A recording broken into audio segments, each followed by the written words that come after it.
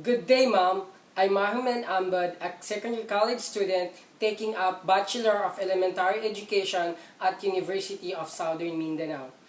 So in this video, I'm going to propose my research paper entitled Level of Parental Involvement and Self-Efficacy of BEd First-Year Students of University of Southern Mindanao.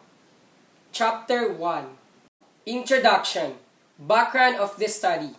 Parents must be seen as a consistent and guiding principle in the curriculum. If school-based instruction is backed up by the parental involvement at home, students will succeed in school. Parents that care about their children's education will encourage their children's activities as a precious resource for the future. BEd first-year students' degrees of parental participation and self-efficacy were investigated in this study. Objectives of the study. This study aimed to determine the levels of parental involvement and self-efficacy of first-year students of University of Southern Mindanao enrolled during the academic year 2020 and 2021. Specifically, this study sought to answer the following questions. Number 1. What is the level of parental involvement among first-year students? Number 2. What is the level of their self-efficacy? Number 3, is there a significant relationship between the levels of parental involvement and self-efficacy of the respondents? Significance of this study. The result of this study will be proven beneficial to the following recipients. School administrators. This study will serve them as a baseline to create an educational leadership models, and the success of school will be guaranteed if school-based instruction is supported by parents' involvement at home. Family of the affected students. Through this study, the family of the affected students will be notified on what their children are going through in school, also to provide them better solutions so that this kind of problem won't occur again. Students. This will have a great contribution to the student to understand and learn about the parental involvement among all of them. This will also teach them to be open-minded about the differences of the people surrounding them. Future researchers. The results of this study will serve as the basis for further studying the relationship between the students' self-efficacy and parental involvement. Scope and limitation of the study. This study was delimited to determine the levels of parental involvement and self-efficacy of 50 BEd first-year students of University of Southern Mindanao enrolled during the academic year 2020 to 2021. Place and time of the study. This study will conduct at University of Southern Mindanao, Cabacan, Cotabato, school year 2020 to 2021. Operational definition of terms. For clearer understanding of this study, the following terms were defined operationally. Self-efficacy is an evaluation of students' ability or competition to perform a task, achieve goals, or overcome obstacles. Parental involvement.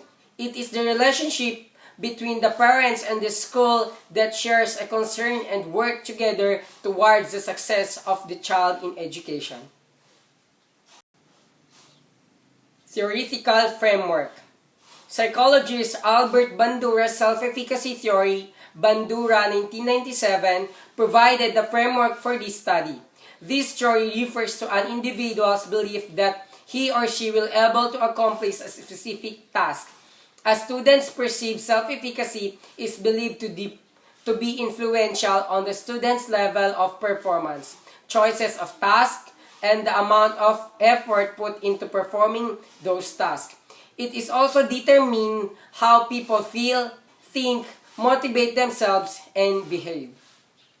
This model redefines the relationship between schools, families, and communities as one of overlapping spheres of influence that shares a concern about the success of the child. Because of this, Because of its importance, understanding how parents help their children and how schools can encourage greater parent involvement have been important aims in education. James 2011, Lee and Bowen, Human Waterman. Conceptual framework. The conceptual framework of the study illustrated the relationship between the independent and dependent variables of the study. Parental involvement serves as the independent variable and student self-efficacy is the dependent variable. The RS connects the relationship between the two variables. Hypothesis. There is no significant relationship between the levels of parental involvement and self-efficacy of the BE Ed first-year students. Chapter 3. Methodology. This chapter presents the research methodology to be employed in this study. It discusses the research design, research respondents, research procedure, research sampling technique, research instrument, and the statistical tools to be utilized in analyzing and interpreting the data gathered. Research design. This study utilized the descriptive correlational research design. According to Calderon and Gonzalez, 1993, this research design was used to obtain information concerning the current status of the phenomena to describe what exists with respect to variables or conditions in a situation.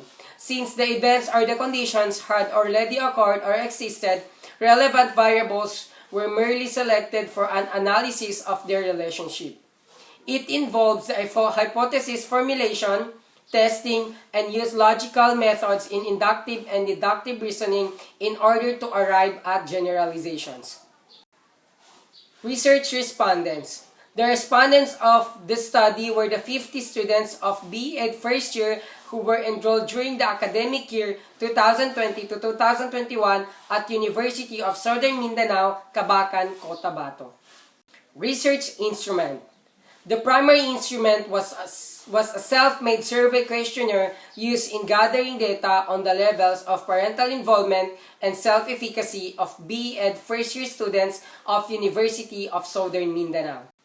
Research procedure. The following were the steps observed in conducting this study. Validation of questionnaire. The researcher asked his advisor and the other experts to validate the questionnaire to ensure its reliability. Asking permission to conduct the study. The researcher wrote a letter to the school president and to the director of the College of Education program of University of Southern Mindanao to ask a permission to conduct this study. Reproduction of instrument. The researcher produced the instrument that suited to the number of the respondents, considering the approval of the advisor with the assurance that the instrument was already validated.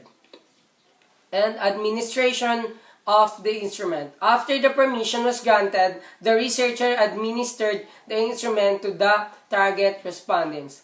The data gathered were submitted to the researcher's statistician for analysis and interpretation.